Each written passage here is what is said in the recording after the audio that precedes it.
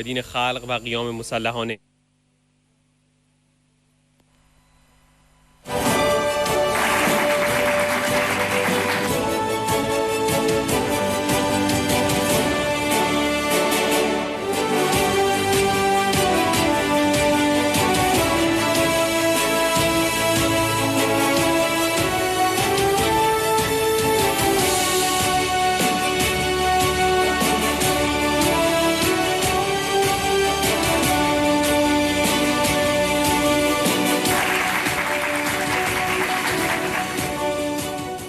ایران، تغییر رژیم، گره‌گشایی از بحران خاورمیانه. کنفرانس کمیته پارلمانی برای ایران دموکراتیک در پاریس با حضور و سخنرانی خانم مریم رجوی، رئیس جمهور برگزیده مقاومت و شماری از نمایندگان مجلس ملی و سناتورهای فرانسوی. 7 آذر 1403. سخنرانی‌های سناتور ونسان لوا، دومینیک آتیاس، رئیس شورای اداری بنیاد وکلای اروپا، رئیس پیشین کانون وکلای اروپا با بیش از 1 میلیون عضو، دارنده نشان شوالیه لژیون دونور فرانسه 2011 و نشان افیسیه لژیون دونور ژوئیه 2024. ژان پیر برار، نماینده و شهردار پیشین.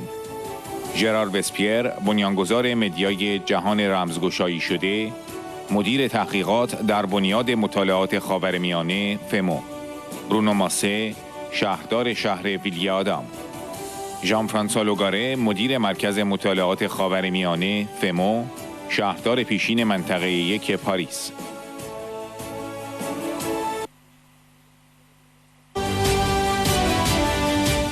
سناتور ونسان لوئو: در دنیایی که با سرعتی بی سابقه در حال تغییر است، ایران نیاز به تغییر دارد.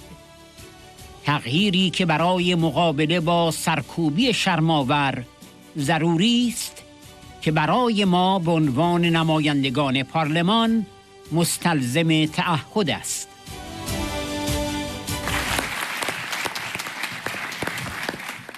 Écoutez, je suis très ému de vous retrouver ce soir, un peu arrivé en retard, un peu oublié mon discours. Dans un moment où le monde change à une vitesse comme jamais connue, à un moment où les plaques tectoniques sur tous les continents changent, l'Iran, et vous le mettez dans le titre, changement, l'Iran, bien sûr, a besoin de ce changement, avec une oppression qui a été très bien décrite avec les orateurs avant moi, une oppression honteuse qui nécessite pour nous, les parlementaires, un investissement qui n'est pas forcément facile.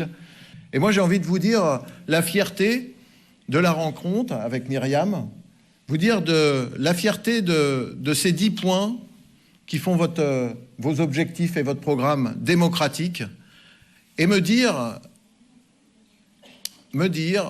j'aurais été là dès le début, alors pas tout à fait dès le début, parce que André et ses collègues ont été là depuis très longtemps, mais depuis le début, avec des sénateurs qu'on va ramener, vous dire que ça sera une fierté de se dire le plus rapidement possible, on pourra venir vous voir dans un pays démocratique, dans un pays qui aura besoin de l'appui de la France, pas pour faire du business, mais pour vous accompagner. Moi, je suis agriculteur, alors vous savez, quand un pays a besoin de blé, c'est toujours plus facile pour l'agriculteur que je suis de fournir du blé.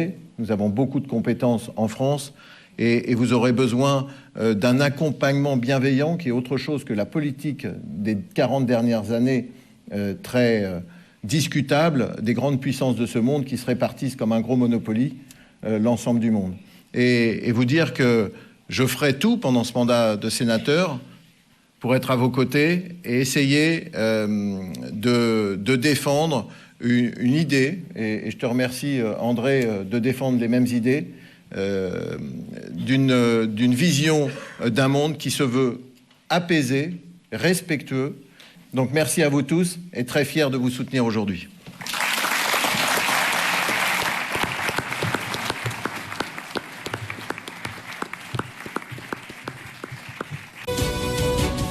دومینیک آتیاس: مریم اکبری منفرد از سال 2009 زندانی شده و برای مدت طولانی در انفرادی نگهداری شده است.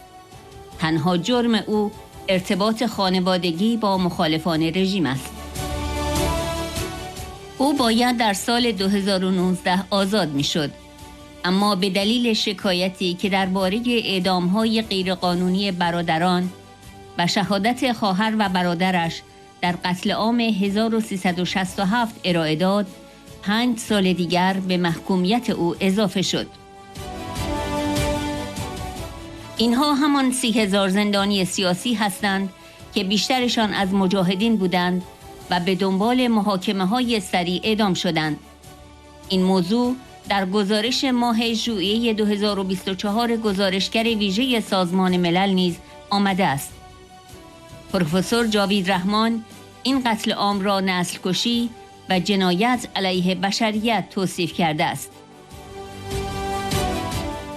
وضعیت زنان و دختران ایرانی غیر قابل تحمل است و ما نمی توانیم از شجاعت آنها که ما را به عمل وامی دارد چشم پوشی کنیم. همه ما با هم خواهان آزادی مریم اکبری منفرد و تمامی زندانیان عقیدتی باشیم.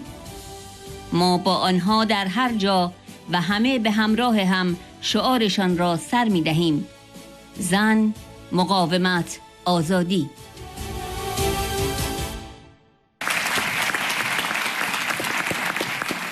Tous les pays qui se veulent faire partie du concert des nations s'emploient ou feignent de s'employer à réduire le fléau que constituent les violences faites aux femmes et aux enfants. Et je suis aujourd'hui leur avocate. Un simple affichage, mais aussi parce que ces violences ont un coût exorbitant pour nos sociétés en difficulté économique désormais, et ces sociétés en payent le prix. Mais en réalité, qu'importe la situation des femmes iraniennes, puisque les nations signataires de toutes ces conventions de protection des femmes et des enfants détournent le regard sur la tragédie qui se joue et laissent massacrer celle qui constitue la moitié de la population iranienne. Et heureusement que vous êtes là, vous, aujourd'hui. Qu'importe la situation de ces enfants à venir de l'Iran, traumatisés à vie, car plus personne ne conteste les effets sur les enfants des violences subies par leurs mères et les femmes qui leur sont proches. Massacrés parce que femmes, parce que les lois du régime donnent aux hommes tous les droits.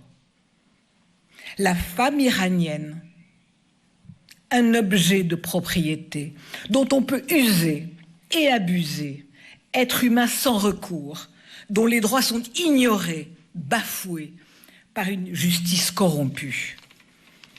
En Iran, les femmes de tout âge et de toute région sont assassinées. Le nombre des féminicides croît d'année en année. La commission des femmes du CNRI a eu connaissance de 158 féminicides entre le 1er janvier et le 20 novembre de cette année.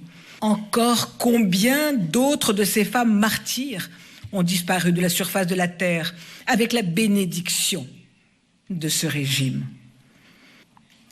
Et que dire du sort des femmes qui résistent au régime, telles que les femmes appartenant aux moudjahidines du peuple, femmes admirables qui sacrifient leur vie et celle de leur famille à la libération du peuple iranien, du joug de leurs oppresseurs.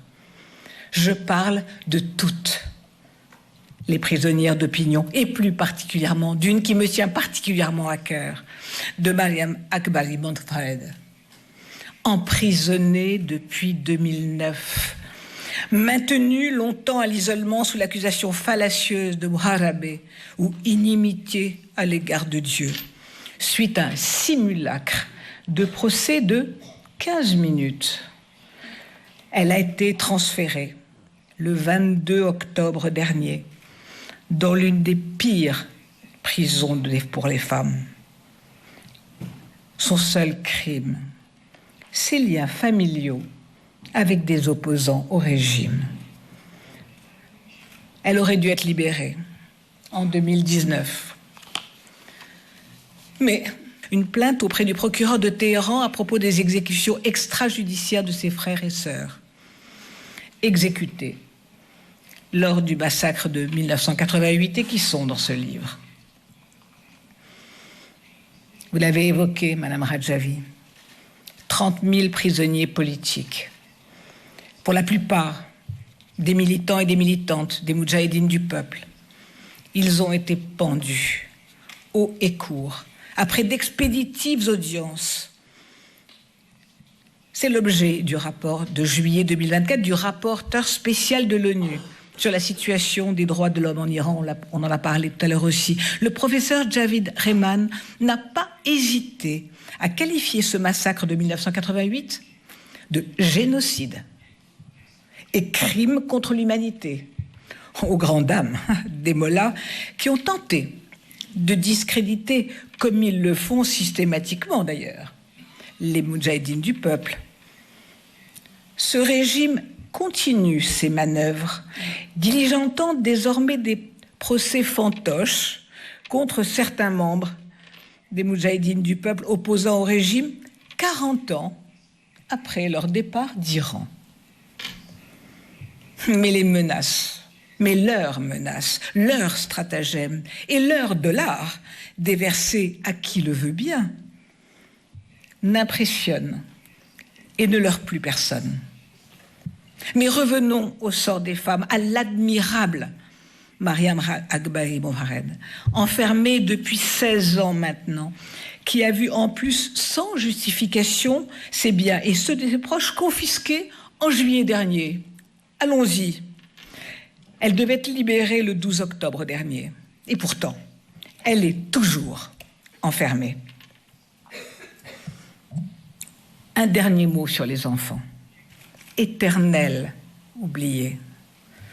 Eux aussi ont été assassinés, mais eux aussi, à l'heure actuelle, grandissent, sans leur mère, sans même se souvenir du son de leur voix et de leur visage.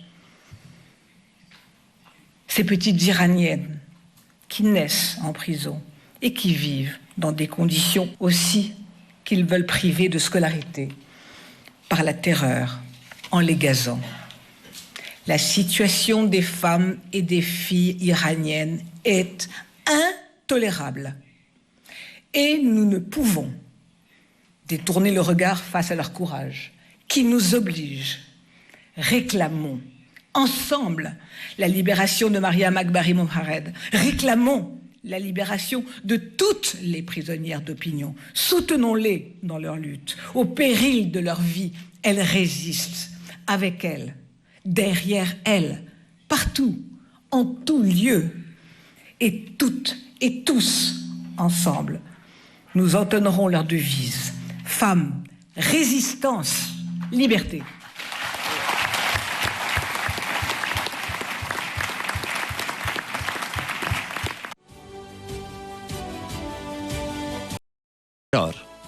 ما با همه کسانی که آماده‌اند از برنامه 10 ماده‌ای مریم رجوی حمایت کنند حرکت می‌کنیم و تا وقتی رژیم سقوط نکند و ایرانیان نتوانند نظامی را که خودشان انتخاب می‌کنند برپا کنند ادامه خواهیم داد.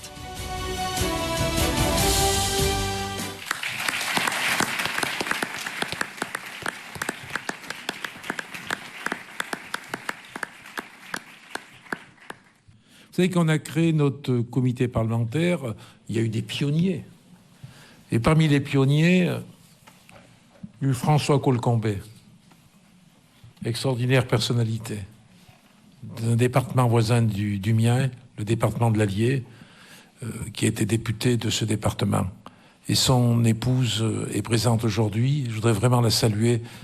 Merci de reprendre le flambeau de François.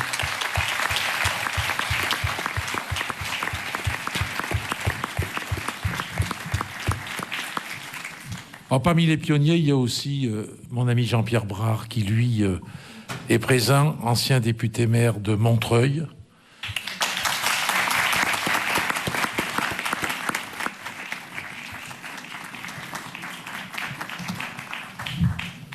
Madame la Présidente, Mesdames et Messieurs, chers amis, permettez-moi de me joindre aux propos d'André Chassaigne tout de suite pour saluer également Madame Colcombet.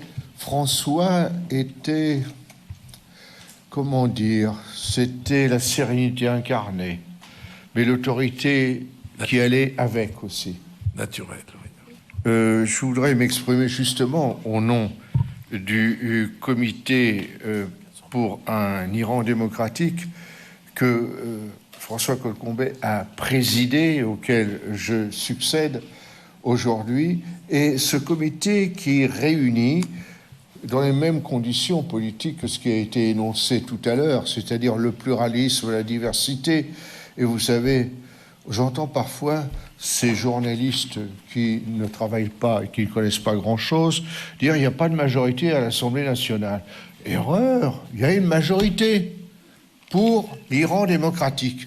Parce que là, pour le coup, on est capable de rassembler des députés au-delà des obédiences, mais qui ont en commun des valeurs. Et ça, c'est pas nouveau. C'est notre tradition nationale.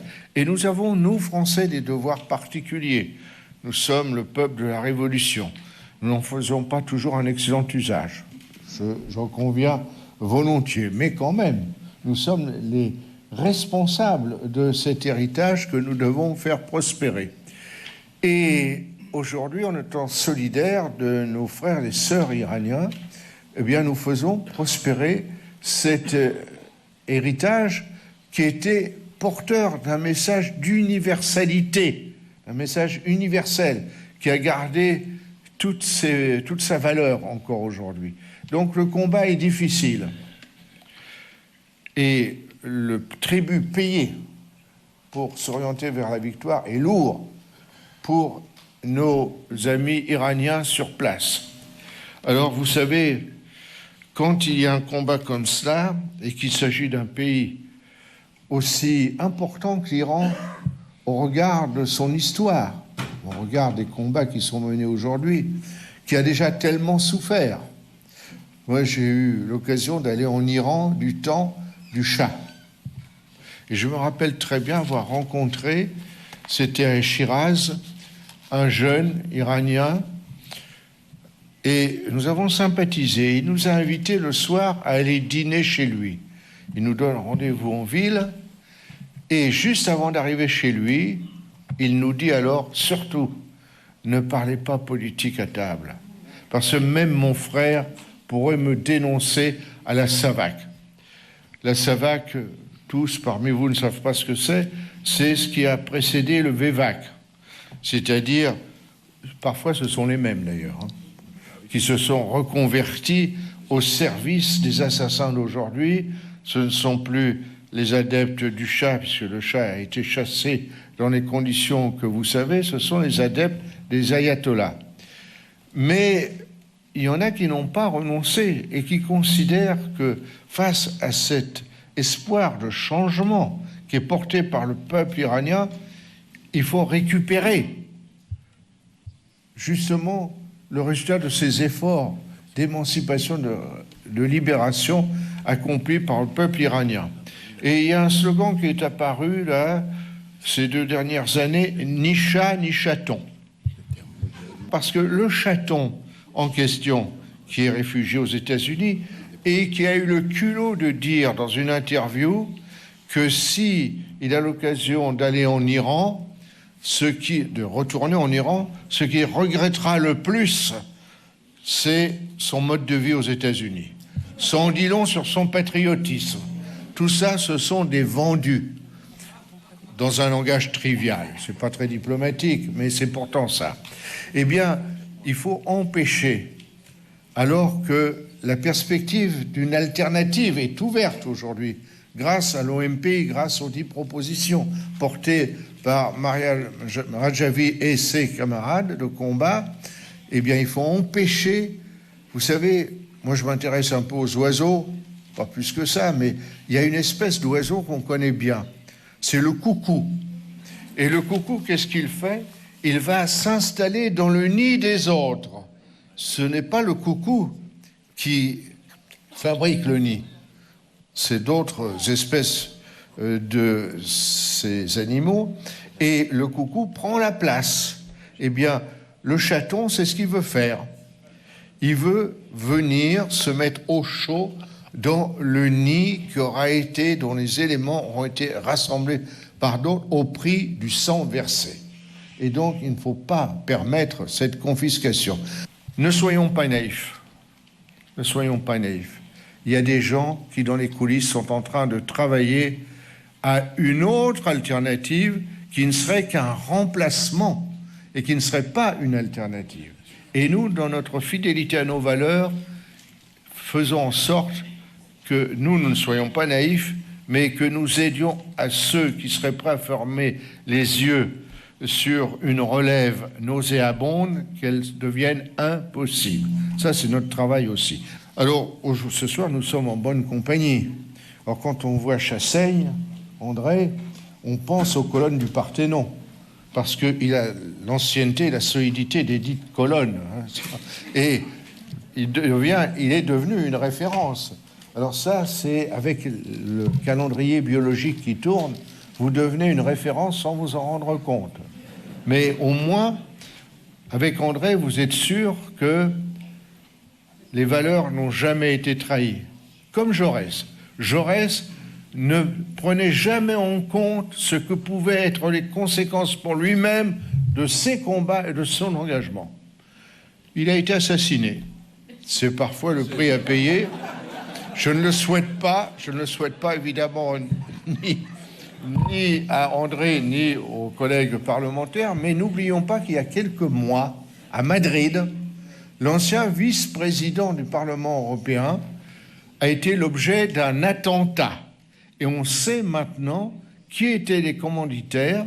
Eh bien, les commanditaires, vous imaginez qu'ils étaient en Iran, et ils ont eu recours à la mafia, un contrat, en quelque sorte, pour se débarrasser, mais où il s'est engagé sans compter et sans non plus jamais prendre en compte ce que pouvaient être les conséquences pour lui personnellement des idées qu'il défendait, du combat qu'il menait. Voilà, ça c'est exemplaire. Et dans cela, nous nous reconnaissons et nous pouvons nous rassembler. Mais nous marchons avec tout le monde, avec ceux qui sont prêts à soutenir les 10 points du programme de Mariam Rajavi. Et nous allons continuer d'avancer jusqu'à temps que le régime tombe et que les Iraniens puissent mettre en place le régime qu'ils auront choisi. Et je ne sais pas si vous avez été attentif à ce que Mme Rajavi a dit tout à l'heure. Ce sont les Iraniens qui décideront. Ce n'est même pas l'OMPI qui décidera. Évidemment, l'OMPI mènera bataille. Mais ce sont les Iraniens, par leur suffrage, qui choisiront demain la direction qui sera suivie par le peuple iranien, qui a vocation à prendre toute sa place dans le concert des nations, pas seulement grâce à son histoire millénaire, mais aussi parce qu'il aura gagné cette place par le sang versé par les combattants iraniens aujourd'hui, et en particulier par les moudjahidines du peuple d'Iran, dont chacun sait qu'ils ont payé le prix fort et le plus lourd dans ce combat. Voilà, merci à toutes et à tous, et bon succès aux moudjahidines. Merci. Merci Jean-Pierre.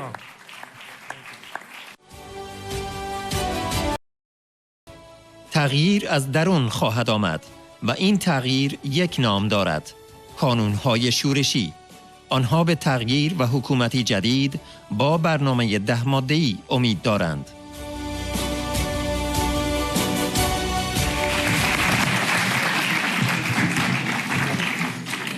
Madame la Présidente, Monsieur le Président, Madame et Messieurs les parlementaires, chers amis, nous vivons en ce moment des moments exceptionnels. Pas seulement ici ce soir dans cette salle, mais nous vivons des moments exceptionnels au Proche et au Moyen-Orient. Depuis quelques jours, depuis quelques semaines, il y a un retournement stratégique dans toute la région. Pour la première fois, le régime de la République islamique d'Iran est en grande difficulté extérieure. Cela crée des conditions. Alors, qu'en est-il de l'intérieur? Eh bien, de l'intérieur, l'élément le plus important, bien sûr, c'est l'économie. Et l'économie, comme vous pouvez le savoir, iranienne, se porte très mal. Vous avez un taux d'inflation inimaginable pour nous. Nous avons mal quand il y a 5% en France, 30% et plus en Iran. Nous avons des difficultés quand il y a 7% de chômage en France. Il y a 25% de chômage chez les jeunes, donc des problèmes structurels. Vous avez, au mois de septembre, une augmentation de entre 30 et 60% du prix de la farine pour faire du pain. Vous avez le régime qui prévoit des hausses sur le prix de l'essence parce qu'elle est importée. Donc vous avez une situation économique très difficile qui risque encore de s'aggraver. Difficultés économiques, difficultés politiques pour le régime liées à des difficultés extérieures. La situation n'est pas magique. Il n'y aura pas de renversement magique. Vous le savez, vous l'avez entendu ce soir, le renversement viendra de l'intérieur. Et il a un nom, vous l'avez entendu ce soir, les unités de résistance, qui bien sûr à tour de rôle vont poser des graffitis, vont brûler des affichages du régime, vont lancer des cocktails Molotov sur les bâtiments des forces de sécurité, etc. Et qu'est-ce qu'ils ont dans la tête? Ils ont l'espoir. Ils ont l'espoir autour d'un changement, autour d'un nouveau gouvernement, d'un nouveau système, avec le programme en 10 points.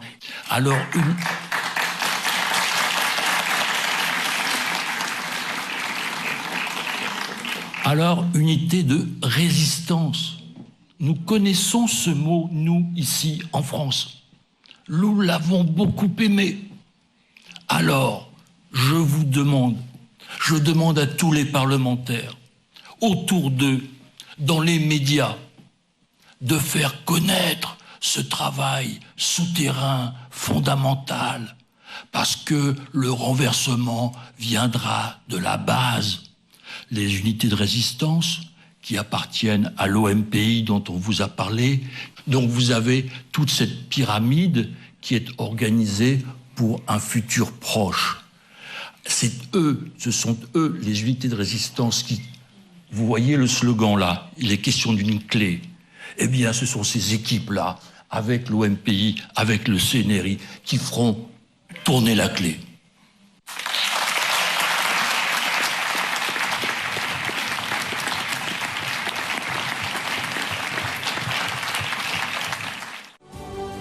برونو 3 شهرداران که طیف دیگری از نمایندگان مردم هستند با شما هستند. فراخوان منتشر شده توسط کمیته شهرداران فرانسوی برای یک ایران دموکراتیک همراه با کمیته حمایت از حقوق بشر در ایران با عنوان نه به اعدام در ایران تا کنون حمایتی از سراسر فرانسه جلب کرده است. ما شهرداران فرانسه از فراخوان مریم رجوی مبنی بر پایان دادن به اعدام‌ها در ایران و تعهد قاطع او برای لغو مجازات اعدام همانطور که در برنامه 10 ماده‌ای او برای آینده ایران آمده است حمایت می‌کنیم. Madame la Présidente, Monsieur le Président, nouveau président du Comité parlementaire pour un Iran démocratique, Mesdames et Messieurs les parlementaires, Mesdames et Messieurs, j'ai d'abord une bonne nouvelle pour vous, effectivement. Les maires sont avec vous. Autre strate des représentants du peuple, et j'adore la formule, les maires sont avec vous. Dans un comité qui s'appelle le Comité des maires de France pour un Iran démocratique. Et avec le comité de soutien des droits de l'homme en Iran, nous avons lancé un appel intitulé « Non aux exécutions en Iran ». Cet appel a déjà recueilli le soutien issu de toute la France, témoignant d'une solidarité forte du peuple iranien. Je tiens également à saluer l'engagement de maires moins connus, M. Guy Schmitt et Jackie Domin, qui, en solidarité avec Mariam Akbari, la plus ancienne prisonnière dont on parlait tout à l'heure, prisonnière politique en Iran, a affiché une banderole sur la façade de la mairie, ainsi que nous l'avons fait sur la mairie de Villiers-Adam.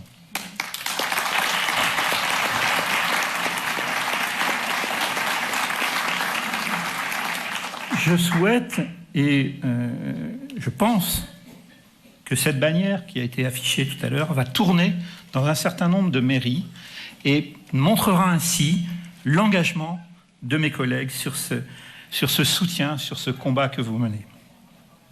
Dans cet appel, nous affirmons avec force que selon Amnesty International, l'Iran représenterait à lui tout seul 74% de toutes les exécutions recensées dans le monde en 2023. Cette tendance alarmante s'est intensifiée après l'entrée en fonction du nouveau président, ça a été évoqué tout à l'heure. Sous sa présidence actuelle, en seulement 3 mois, 386 personnes ont déjà été exécutées. Ce chiffre dépasse largement celui des années précédentes. Donc, dans ce dernier rapport, en juillet, le professeur Javid Rehman, rapporteur spécial de l'ONU pour l'Iran, a qualifié le massacre de 1988, au cours duquel 30 000 prisonniers politiques ont été exécutés, de crimes contre l'humanité, de génocide, et a écrit « Il existe des preuves considérables que ces massacres et ces tortures et tous les autres actes inhumains contre les membres de l'ONPI ont été perpétrés dans une intention génocidaire. » Ça ne peut pas être plus clair. Les autorités iraniennes utilisent ces exécutions à des fins politiques, cherchant à instiller la peur et la terreur pour empêcher l'éclatement potentiel de ce soulèvement du peuple iranien. Ainsi, toute exécution effectuée sous la déocratie au pouvoir devrait être reconnue comme étant de nature politique. Malheureusement, sur la scène internationale, l'absence de réaction à la répression, aux massacres et aux exécutions a encouragé le régime clérical à persister dans la répression et en particulier par le biais des exécutions. Dans ce contexte, les maires de France, nous approuvons et soutenons l'appel de Mariam Rajavi à mettre fin aux exécutions en Iran et son engagement ferme en faveur de l'abolition de la peine de mort, comme indiqué dans son plan en 10 points pour l'avenir de l'Iran. Elle a ainsi réaffirmé cet appel lors de la conférence internationale des juristes le 24 août dernier à Paris. Madame la Présidente, nous vous souhaitons maintenir et d'arriver à bout de votre combat.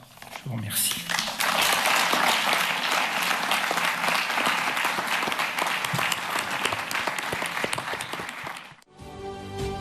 ژان فرانسوا لاگاره در سراسر ایران کانون‌های شورشی توسط جوانانی تشکیل می‌شوند که شبکه‌های سازمان یافته توسط مجاهدین را رهبری می‌کنند و رژیم به دلیل گستردگی و نفوذ این شبکه‌ها در شهرها و استان‌های ایران قادر به از بین بردن آنها نیست. چیزی که رژیم بیش از هر چیز از آن می‌ترسد و کابوس آن را دارد، قیام مردمی و برپایی یک جمهوری در ایران است. به همین دلیل باید همراه با نمایندگان پارلمان، شهرداران فرانسه و تمام کسانی که به ارزش‌های جمهوری اعتقاد دارند تلاش کنیم تا این رژیم مستبد و مرتجع توسط مردم ایران سرنگون شود و دموکراسی و آزادی تحقق یابد.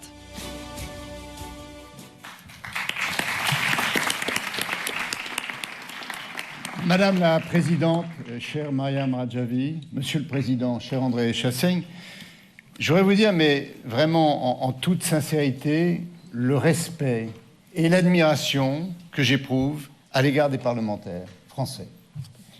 Pour leur continuité, leur pluralité, leur complémentarité et le fait qu'ils ont compris que le combat que nous menons, que nous partageons, est un combat essentiel pour les valeurs de la République. Parce qu'aujourd'hui, ce qui règne en Iran, c'est la barbarie. C'est une théocratie barbare et il n'y a que la République démocratique, laïque, qui puisse la remplacer. Et vous, parlementaires français, vous incarnez ces valeurs de la République. C'est pourquoi votre présence, votre combat, votre soutien font que ce message, eh bien, il est mieux entendu. Et pour cela, je voulais vous témoigner notre très profonde reconnaissance et notre très grande estime. Pendant ce temps, hélas, les choses s'aggravent en Iran. Le peuple iranien manifeste sa détresse, sa révolte tous les jours face à un régime qui est responsable de brutalité, de menaces, d'emprisonnement arbitraire, d'exécution capitale, qui ne cesse de s'aggraver. On a présenté le nouveau président Massoud Pezeshkian comme un homme plus libéral que son horrible prédécesseur Ebrahim Raïssi. En réalité, le nombre d'exécutions capitales a augmenté de plus de 85% par rapport à l'année dernière. Tous les mardis, simultanément, dans 24 prisons, les prisonniers politiques font la grève de la faim pour la 43e semaine consécutive. Et comme toujours, ce sont les sympathisants de l'OMPI qui sont visés. 3 d'entre eux ont été condamnés à mort à la mi-septembre pour leur participation au soulèvement. Et le ministère du Renseignement des Mollahs intensifie chaque jour les arrestations des membres de l'organisation et de leurs proches. Le 6 octobre a débuté le procès de 7 prisonniers politiques après des mois d'interrogatoires, de torture pour rébellion et appartenance à l'OMPI. Accusations qui sont toutes deux passibles de la peine de mort. Rébellion, c'est la peine de mort. Appartenance à l'OMPI, c'est aussi la peine de mort. Ce qui démontre d'ailleurs à ceux qui laissent dire ou qui voudraient accréditer le fait que l'OMPI n'est pas suffisamment représenté au sein du peuple iranien, que c'est exactement l'inverse. Le régime focalise contre l'OMPI, en a une véritable hantise parce qu'ils savent que c'est l'alternance politique qui se profile et qu'ils redoutent. Voilà pourquoi nous devons absolument être encore plus présents. Parce que concomitamment, le régime met aussi en scène de grands procès contre 104 membres de la résistance à Téhéran. Et le but de cette stratégie répressive est naturellement de propager la terreur, comme elle le fait quotidiennement, mais c'est surtout de tenter de décourager de nouvelles insurrections. Et la réponse héroïque du peuple iranien est tout à fait extraordinaire. Rien ne décourage la lutte des révoltés, parmi lesquels les femmes tiennent une place nouvelle qui a changé le regard porté sur ces actes de rébellion. Partout en Iran, les unités de résistance sont formées par de jeunes responsables des réseaux organisés par l'OMPI et le régime est impuissant à les démanteler en raison de leur nombre et de leur ramification dans toutes les grandes villes et dans toutes les provinces de l'Iran. Le régime des Mollahs est affaibli. Nous le savons et nous en sommes conscients. Et la guerre au Proche-Orient a aggravé sa décomposition. Mais ce que le régime redoute le plus, ce ne sont pas les interventions militaires venues d'Israël ou des États-Unis. Non, ce que le régime redoute le plus, sa hantise, son obsession, c'est l'insurrection populaire et l'avènement d'un Iran républicain. C'est la raison pour laquelle, avec les parlementaires, avec les maires de France, avec tous ceux qui croient dans les valeurs de la République, il faut nous mobiliser pour que ce régime anachronique et despotique soit chassé par le peuple iranien et que la démocratie et la liberté soient proclamées. Merci.